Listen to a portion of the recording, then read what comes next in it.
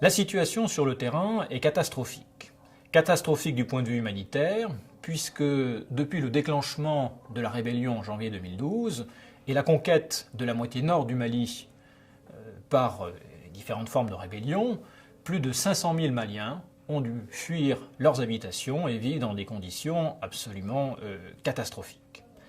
L'État malien est également en train d'imploser, imploser entre tentative de coup d'État, réussie pour l'un d'entre eux, coup d'État militaire, et incapacité à enrayer l'offensive conjointe des rebelles touaregs et des djihadistes. Face à ce péril majeur,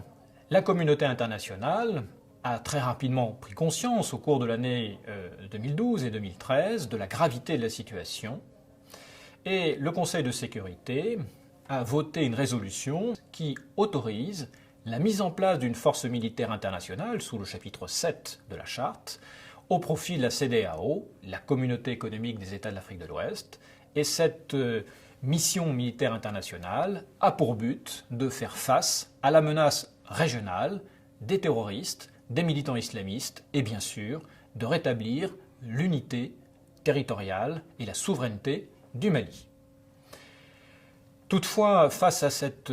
mobilisation internationale qui se met progressivement en branle, la rébellion prend de vitesse cette même communauté internationale en lançant une grande offensive vers le sud du Mali en direction de sa capitale Bamako à partir du mois de janvier 2013. Et c'est bien dans ces conditions que le gouvernement français décide d'intervenir immédiatement et unilatéralement, faute de partenaires disposés à suivre le gouvernement français dans cet engagement pour stopper à tout prix la progression des rebelles. Alors bien sûr, ce n'est pas le lieu ici d'analyser les différentes phases de l'opération Serval, mais de nous interroger sur les questionnements qu'elle suscite quant au processus décisionnel et à ce que l'on pourrait qualifier de déterminant. Pourquoi est-ce que finalement les gouvernants français ont pris la décision d'intervenir et de rompre l'offensive ennemie, quitte à le faire quasiment seul initialement. En effet, si les priorités opérationnelles de l'opération Serval ne font guère de doute et ont été précisées très clairement, un engagement d'une telle ampleur a de quoi surprendre au regard des 25 dernières années de la politique africaine de la France. Cet engagement interroge non seulement les motivations géostratégiques du gouvernement français, mais aussi et peut-être surtout ce qui tient à ce que l'on pourrait qualifier de la nature des hommes et de leur histoire commune.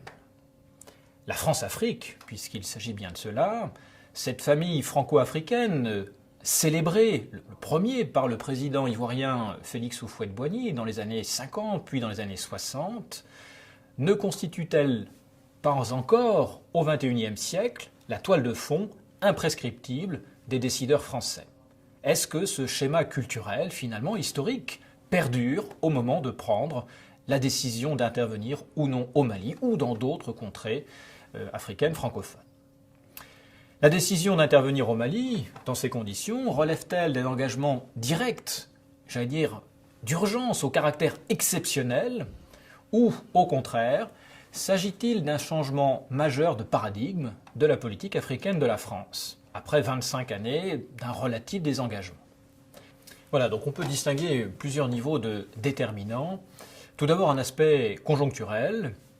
lié par rapport à ce que je viens de dire précédemment, à la situation d'extrême urgence. Le président François Hollande a appliqué la même recette que son prédécesseur, Nicolas Sarkozy, qui avait envoyé pour sa part en 2011 l'aviation française frapper les colonnes blindées du colonel Kadhafi pour sauver des milliers de civils à Benghazi. Et dans le même temps, l'effet évidemment indirect, qui avait probablement été pensé à l'époque, qui a permis la révolution, du moins de sauver la révolution, qui a finalement renversé Kadhafi.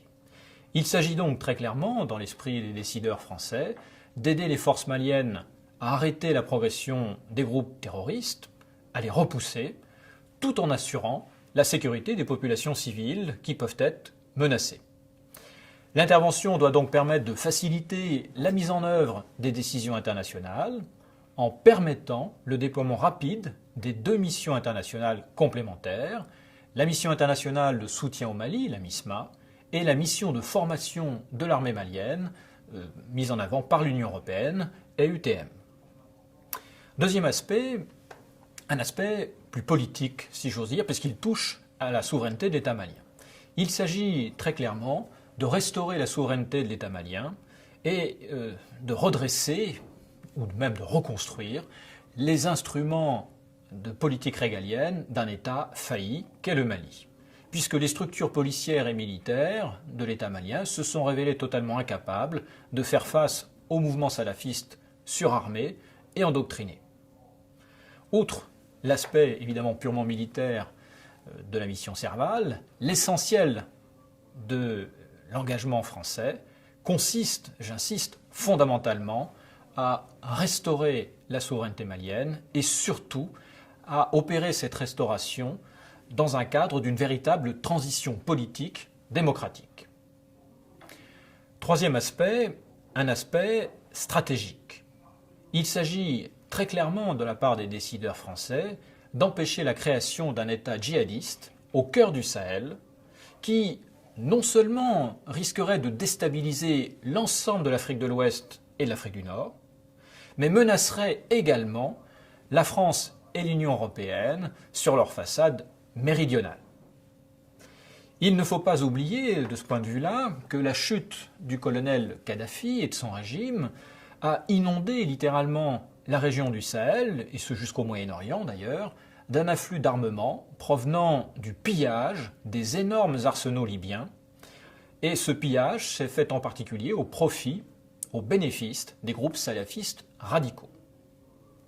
La menace est donc bien réelle, et c'est cette menace que met en avant, le jour même de l'intervention, du début de l'intervention française, le ministre français de la Défense, Jean-Yves Le Drian, qui précise très clairement les objectifs stratégiques de cette opération de moyen terme, en disant très clairement qu'il ne s'agit pas d'une opération coup de poing pour tuer un adversaire, pour essayer de sauver immédiatement des populations ou exfiltrer finalement des individus. Il s'agit d'une opération qui doit durer dans le temps.